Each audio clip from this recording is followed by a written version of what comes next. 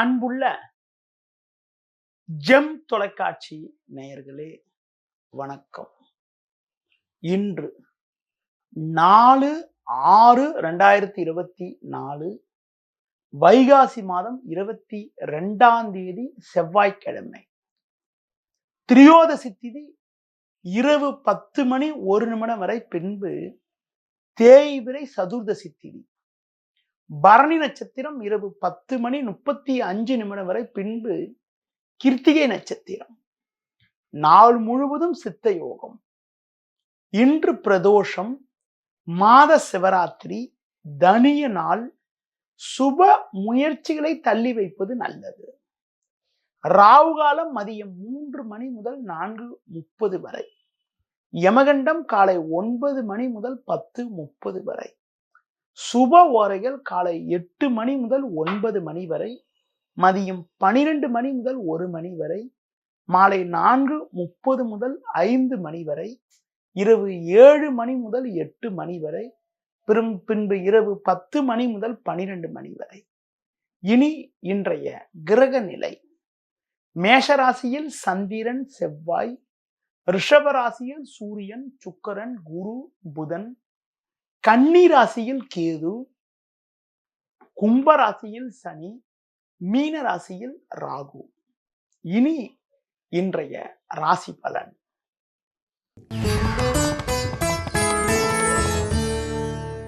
மேஷ ராசி நேயர்களே, ஜென்ம ராசியில் சந்திரனானவர் சாதகமாக அமைய பெற்று 2இல் சுக்கிரன் புதன் குரு போன்ற கிரகங்கள் சஞ்சரிப்பதால் நல்ல வாய்ப்புகள் உங்களுக்கு கிடைக்கும். உங்களின் செல்வம் செல்வாக்கு பெயர் புகழ் மேலோங்கக்கூடிய ஒரு நாளாக இன்றைய நாள் இருக்கும். கொடுத்த வாக்குறுதிகளை எளிதில் காப்பாற்ற முடியும். தொழில் வியாபாரத்தில் ஒரு நல்ல ஒரு வளர்ச்சியினை நீங்கள் அடையக்கூடிய ஒரு வாய்ப்புகள் உண்டு. உத்தியோகத்தில் இருப்பவர்களுக்கு ஒரு நல்ல முன்னேற்றம் ஏற்படக்கூடிய ஒரு வாய்ப்புகள் இன்றைய நாளில் இருக்கிறது. அதிகாரிகளுடைய ஒத்துழைப்பானது மிக மிக சிறப்பாக இருக்கும். அது மட்டும் இல்லாமல் உங்களுக்கு இருந்த கடந்த கால சோதனைகள் எல்லாம் மறைந்து ஒரு வளமான பலன்களை பெறக்கூடிய ஒரு வாய்ப்புகள் உண்டு. ஒரு சிலருக்கு வெளியூர் தொடர்புகள் மூலமாக ஒரு சில அனுகூலமான செய்தியானது கிடைக்கும். மேலும் வளமான பலன்களை நீங்கள் அடைவதற்கு துர்க்கை அம்மனுக்கு ராகு காலத்தில் தீபம் ஏற்றுவது ஒரு வளமான பலனை தரும். ரிஷப ராசி நேயர்களே, உங்கள் ராசிக்கு விரயஸ்தானமான 12ஆம் வீட்டில் சந்திரன் செவ்வாய் சஞ்சரிப்பதும், ஜென்ம ராசியில் சூரியன் சஞ்சரிப்பதாலும் எதிலும் சற்று நிதானத்தோடு பொறுமையோடு செயல்படுவது மிக மிக நல்லது. தேவையில்லாத அலைச்சல்கள் ஏற்படும். எளிதில் முடிய வேண்டிய காரியங்கள் சற்று தாமதமாகும். தொழில் ரீதியாக பார்க்கின்ற பொழுது நீங்கள் நினைப்பது ஒன்று நடப்பது ஒன்றாக இருக்கும். நீங்கள் சிறப்பாக செயல்பட்டாலும் உங்களுக்கு கிடைக்க வேண்டிய ஒரு நல்ல வாய்ப்புகள் கூட கடைசி நேரத்தில் தடைப்படும். எந்த ஒரு விஷயத்திலும் சற்று சிந்தித்து நிதானித்து பொறுமையோடு செயல்படுவது மிக மிக நல்லது. உத்தியோகத்தில் இருப்பவர்களுக்கு கூடுதல் பணிச்சுமை காரணமாக ஓய்வு நேரம் குறையக்கூடிய ஒரு நிலையும், அதன் காரணமாக மனைவி பிள்ளைகளிடம் சிறு சிறு மனஸ்தாபங்களும் ஏற்படக்கூடிய ஒரு நிலையானது இன்றைய நாளில் இருக்கிறது. குறிப்பாக பிறர் விஷயத்தில் தலையிடாமல் இருப்பது, புதிய முயற்சிகளை தள்ளி போடுவது தவிர்ப்பது மிக மிக நல்லது. மேலும் வளமான பலன்களை நீங்கள் அடைவதற்கு பெருமாள் வழிபாடு மேற்கொள்வது மிகவும் சிறப்பு. மிதுன ராசி நேயர்களே,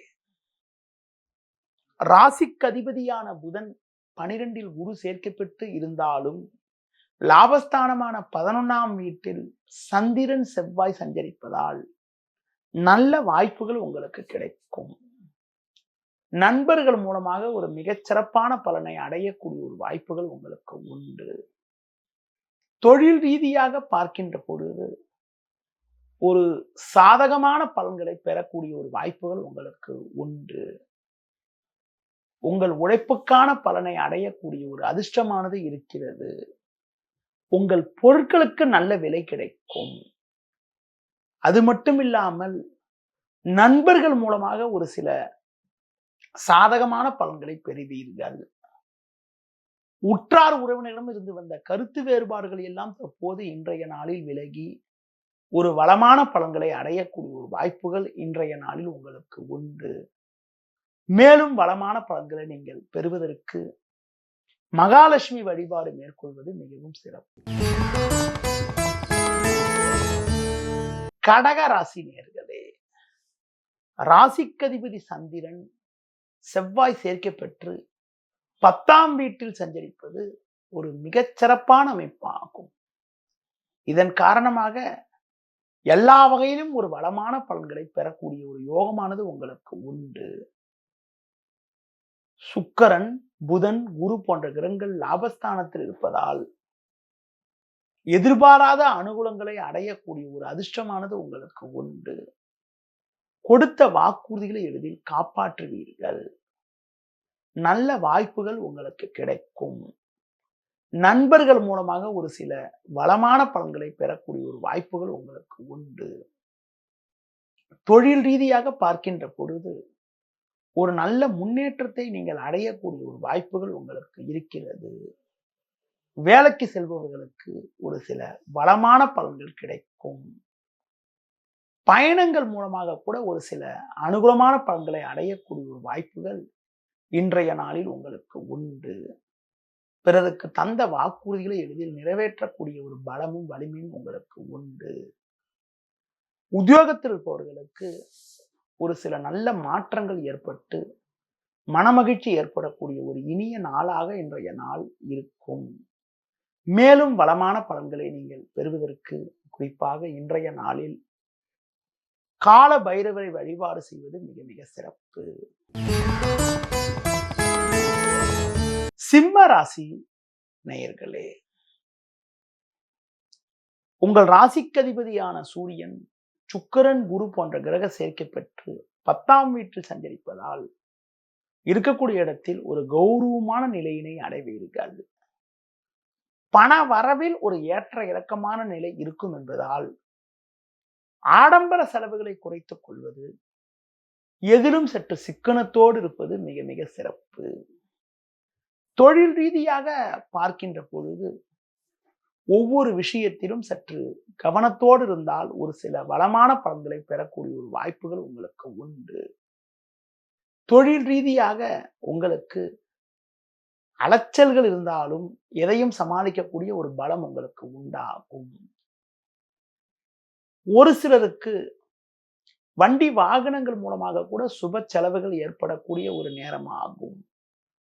உத்தியோகத்தில் இருப்பவர்களுக்கு உங்கள் பணியில் மட்டும் நீங்கள் சற்று கவனத்தோடு இருந்தால் ஒரு சில வளமான பலன்களை நீங்கள் பெறக்கூடிய ஒரு வாய்ப்புகள் உங்களுக்கு உண்டு.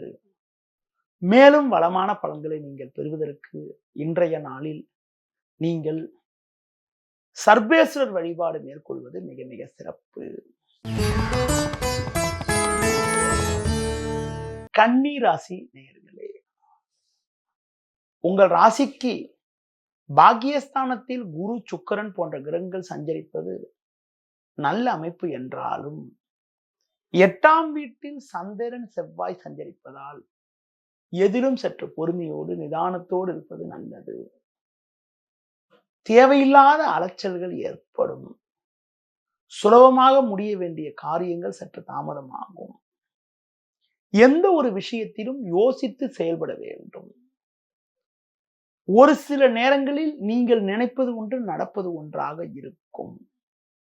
தொழில் ரீதியாக பார்க்கின்ற பொழுது உங்களுக்கு வீண் பிரச்சனைகள் மேலோங்கி மன அமைதி குறைவு ஏற்படக்கூடிய ஒரு நாளாக இன்றைய நாள் இருக்கும்.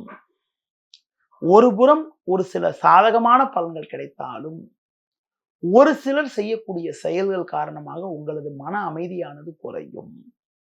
உத்தியோகத்தில் இருப்பவர்களுக்கு நீங்கள் சிறப்பாக செயல்பட்டாலும் அதிகாரியிடம் வீண் வாக்குவாதங்கள் ஏற்படலாம் என்பதால் பேச்சில் சற்று பொறுமையோடு நிதானத்தோடு இருப்பது மிக மிக நல்லது. அடுத்து குறிப்பாக இன்றைய நாளில் புதிய முயற்சிகளை தவிர்ப்பது, பிறர் விஷயத்தில் தலையிடாமல் இருப்பது மிக மிக சிறப்பு.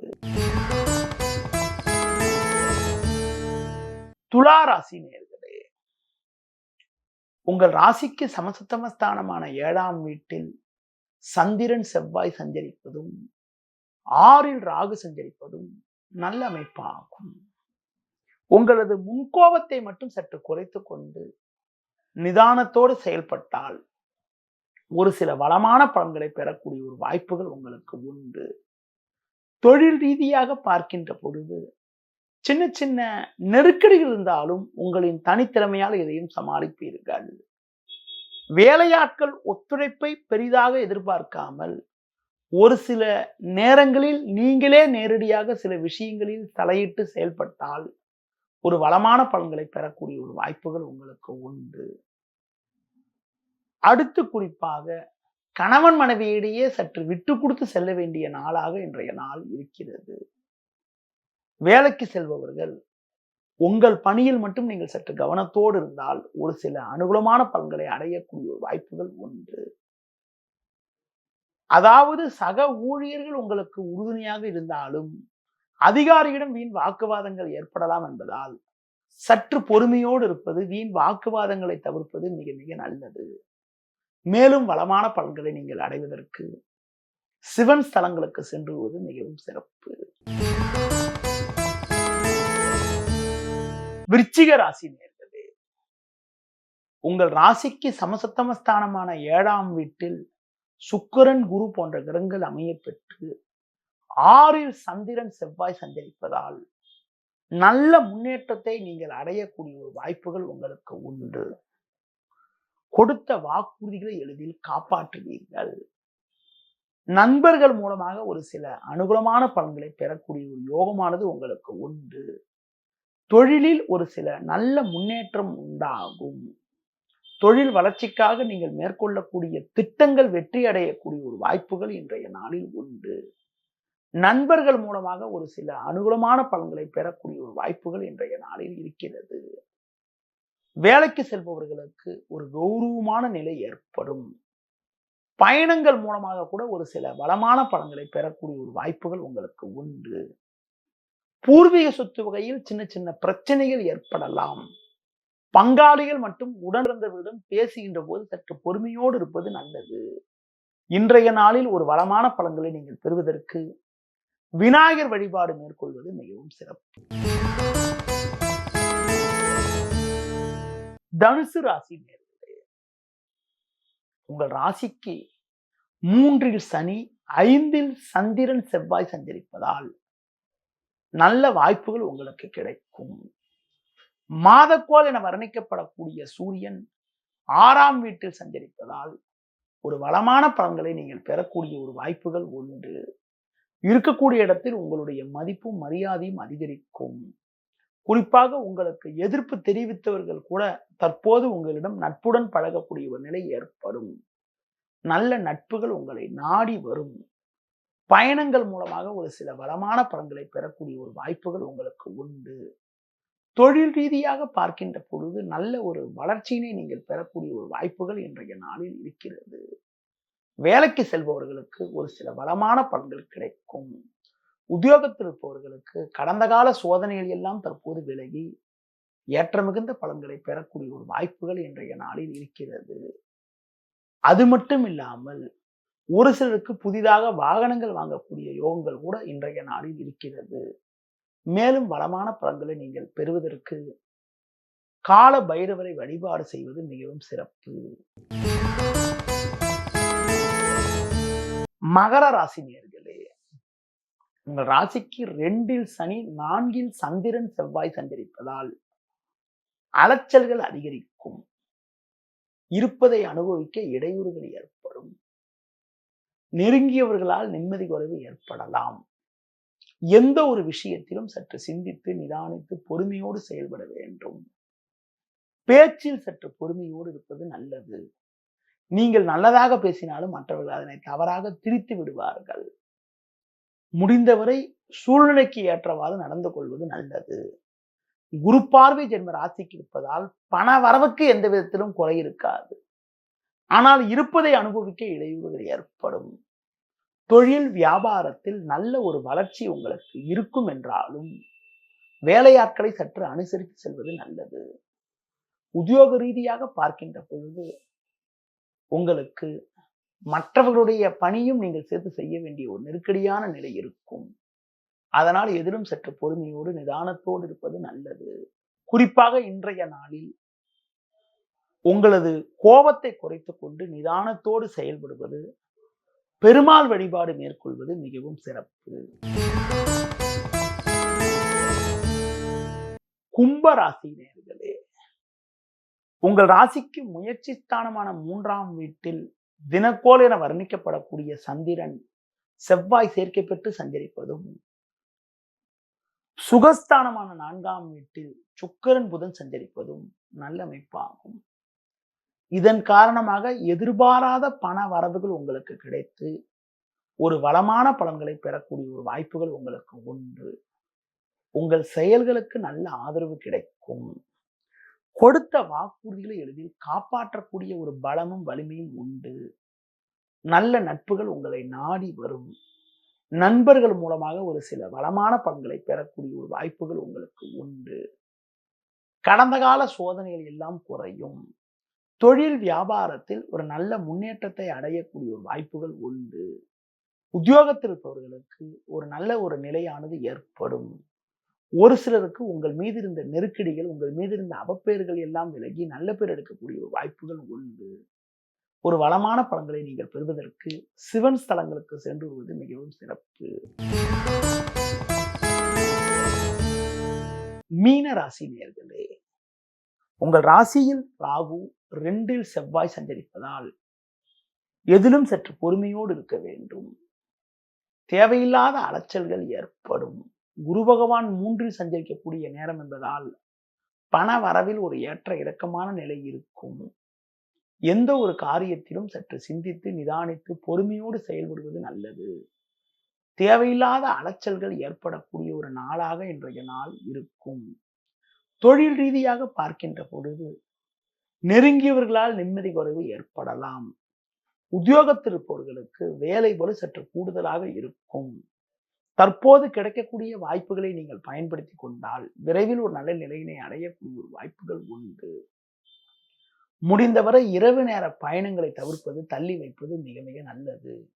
இன்றைய நாளில் மேலும் வளமான பலன்களை நீங்கள் அடைவதற்கு முருக வழிபாடு மேற்கொள்வது மிக மிக நல்லது. நேயர்களே, இதுவரை இன்றைய ராசி பலனை. இனி ஜோதிட தகவல். ஜோதிட தகவல்ல இன்று உங்களிடம் கேந்திர திரிகோண ஸ்தானங்களின் மகிமையை பற்றி உங்களிடம் கூற உள்ளேன். ஒரு ஜாதகத்துல லக்னத்துக்கு கேந்திர திரிகோண ஸ்தானம் என்பது மிக மிக ஒரு முக்கியமான ஸ்தானமாகும். லக்ன பாவத்திற்கு லக்னம் இருக்கக்கூடிய இடம் 4, 7, 10 ஆகிய ஸ்தானங்கள் கேந்திர ஸ்தானமாகும். திரிகோண ஸ்தானம் என்பது 1, 5, 9 ஆகும். கேந்திர ஸ்தானம் என்பது 1, 4, 7, 10 என்பதனால இந்த கேந்திர ஸ்தானங்கள்லாம் ஒரு விசேஷமான ஸ்தானமாகும். பொதுவா ஜோதிடத்தில் என்ன சொல்லுவாங்கன்னா, கேந்திரத்தில் ஒரு பாவியாவது இருக்கணும்னு சொல்லுவாங்க. கேந்திர ஸ்தானம் சொல்லக்கூடிய 1, 4, 7, 10ல பாவகிரகங்கள் இருப்பது மிக மிக ராஜயோகம்னு சொல்றாங்க. ஆனா சுபகிரகங்கள் இருக்கிறது கொஞ்சம் சுமாருன்னு சொல்லுவோம். பொதுவா கேந்திர ஸ்தானத்துல சுபகிரகங்கள் வலிமை பெறக்கூடாது என்ற ஒரு கருத்தும் உண்டு. 4ல போய் குரு ஆட்சி பெறுறது, 7ல போய் குரு ஆட்சி பெறுறது, அந்த மாதிரி அமைப்புகளோ, சுபகிரகங்கள் கேந்திர ஸ்தானத்தில் வலுவாக இருந்தால் கேந்திராதி தோஷம் என்ற ஒரு கருத்தும் உண்டு. திரிகோண ஸ்தானம் என்றதை பொறுத்த வரைக்கும் 1, 5, 9 ஆகும். இந்த திரிகோண ஸ்தானம் சொல்லக்கூடிய 1, 5, 9ல அது சுபர் இருந்தாலும் சரி, பாவியா இருந்தாலும் சரி, திரிகோண ஸ்தானம் இருக்கக்கூடிய கிரகங்களுக்கு ஒரு விசேஷமான சிறப்புகள் உண்டு. திரிகோண ஸ்தானம்ன்றது ஒரு புனிதமான ஸ்தானம் ஆகும். அந்த புனிதமான ஸ்தானத்துல, திரிகோண ஸ்தானத்துல அது பாவ கிரகம் இருந்தாலும் சரி, சுபகிரகம் இருந்தாலும் சரி, பாதகாதிபதி இருந்தாலும் சரி, மறைவு ஸ்தானாதிபதி இருந்தாலும் சரி, நல்ல பலனை தரும். ஒரு ஜாதகத்துல ஒரு கிரகம் எவ்வளவு பெரிய கெட்ட கிரகமா இருந்தாலும் அந்த கிரகம் திரிகோண ஸ்தானத்தில் இருக்கும் போது நல்ல பலனை தரும் என்பது ஒரு விதி. ஒரு விதி கூட இருக்கு. என்ன விதினா, பாதகாதிபதி திரிகோணத்தில் இருந்தால் பாதகாதிபதி தோஷம் தராமல் நல்ல பலனை தரும் என்ற ஒரு விதியும் உண்டு. பாதகாதிபதி திரிகோண ஸ்தானத்தில் இருக்கின்ற பொழுது பாதகாதிபதி தோஷம் தராமல் நல்ல பலனை தரும் என்ற விதியும் உண்டு. அது போல திரிகோண ஸ்தானத்துல என்ன கிரகம் இருந்தாலும் அந்த கிரகம் எப்படிப்பட்ட கிரகமா இருந்தாலும் நல்ல பலனை தரும் என்றலாம். சரி, கேந்திர திரிகோணத்தை பத்தி சொன்னேன். இது எப்படி இருந்தா சிறப்புன்னா, கேந்திராதிபதி திரிகோணத்தில் இருக்கிறது, திரிகோணாதிபதி கேந்திரத்தில் இருக்கிறது ரொம்ப ரொம்ப விசேஷன்றான். 1, 4, 7, 10 அதிபதிகள் 5, 9 இருக்கிறது. 4, 7, 10 அதிபதிகள் 1, 5, 9 இருக்கிறது ஒரு மிகப்பெரிய சிறப்பான விசேஷம். அதே மாதிரி 7ஆம் அதிபதி 1, 5, 9 இருக்கிறது மிக மிக விசேஷம். அதே மாதிரி 10ஆம் அதிபதி போய் 1, 5, 9 இருக்கிறது மிக மிக விசேஷம். அது போல பாத்தீங்கன்னா, ஒரு ஜாதகத்துல 5ஆம் அதிபதி போய் திரிகோணாதிபதி கேந்திரஸ்தானில் இருக்கிறது ரொம்ப ரொம்ப சிறப்புன்னு சொல்றான். 5ஆம் அதிபதி 4ல இருக்கிறதோ 7ல இருக்கிறதோ 10ல இருக்கிறதோ ரொம்ப ரொம்ப சிறப்புன்னு சொல்லலாம். அதே மாதிரி 9ஆம் அதிபதி போய் ஒரு ஜாதகத்துல 4, 7, 10ல இருந்தா ரொம்ப ரொம்ப விசேஷம்னு சொல்றாங்க. ஒரு கேந்திராதிபதி இன்னொரு திரிகோண ஸ்தானத்துல இருக்கிறதோ, திரிகோணாதிபதி இன்னொரு கேந்திர ஸ்தானத்துல இருக்கிறதோ மிக மிக விசேஷம். அடுத்து இதுல இன்னொரு விசேஷம் என்னன்னா, கேந்திராதிபதியும் திரிகோணாதிபதியும் இணையிறது ஒரு மிகப்பெரிய ஒரு அற்புதமான ராஜயோகம் ஆகும். கேந்திராதிபதி திரிகோணாதிபதி இணைஞ்சிருக்கிறவங்களுக்கு செல்வம், செல்வாக்கு, சொத்து யோகம், செல்வம், செல்வாக்கு நல்ல சிறப்பா இருக்கிறது, நல்ல ஒரு வளமான பலன்களை அடைகிறது, ஒரு மிகப்பெரிய ஒரு வளர்ச்சியினை அடையக்கூடிய ஒரு வாய்ப்பை உண்டாகும். ஒரு ஜாதகத்துல நேத்து உங்ககிட்ட பத்தி பேசும்போது சொன்னேன், 9, 10 அதிபதி இணைஞ்சிருந்தா தர்மகர்மாதி யோகம்னு சொன்னேன். அது போல ஒரு 10ஆம் அதிபதி போய் 5ஆம் அதிபதி சேர்க்கை பெற்றால் அது மிகவும் நல்ல ராஜயோகமாகும். 5, 10 அதிபதி இணைஞ்சிருந்தால் பல்வேறு வளமான பலன்களை அடையக்கூடிய ஒரு வாய்ப்பை உண்டாக்கும். அது போல 9ஆம் அதிபதி போய் 4, 7 அதிபதி சேர்ந்திருந்தால், 9ஆம் அதிபதி 4ஆம் அதிபதி சேர்றது ஒரு மிகப்பெரிய விசேஷம். 9 என்பது தர்மஸ்தானம் சொல்லுவோம், தந்தை ஸ்தானம் சொல்லுவோம். எந்த ஒரு ஜாதகருக்கு 9ஆம் அதிபதியும் 4ஆம் அதிபதியும் சேர்ந்து இருக்கோ அவங்களுக்கு தந்தை மூலமாகவும் தந்தை வழியிலையும் ஒரு பொருளாதார அனுகூலங்கள் அடைகிறது, தந்தை வழியில சொத்துக்கள் சேர்றது, செல்வம் செல்வாக்கு சேர்றது, அந்த மாதிரி யோகங்கள்லாம் கூட கொடுக்கும். அது போல பார்த்தீங்கன்றால் ஒரு ஜாதகத்துல 5ஆம் இடம் என்பது பஞ்சமஸ்தானம், பூர்வ புண்ணிய ஸ்தானம் சொல்றோம். எந்த ஒரு ஜாதகத்துல 5ஆம் அதிபதி போய் 4ஆம் அதிபதியோட சேருதோ, 4, 5க்கு சேருது மிகப்பெரிய விசேஷம்.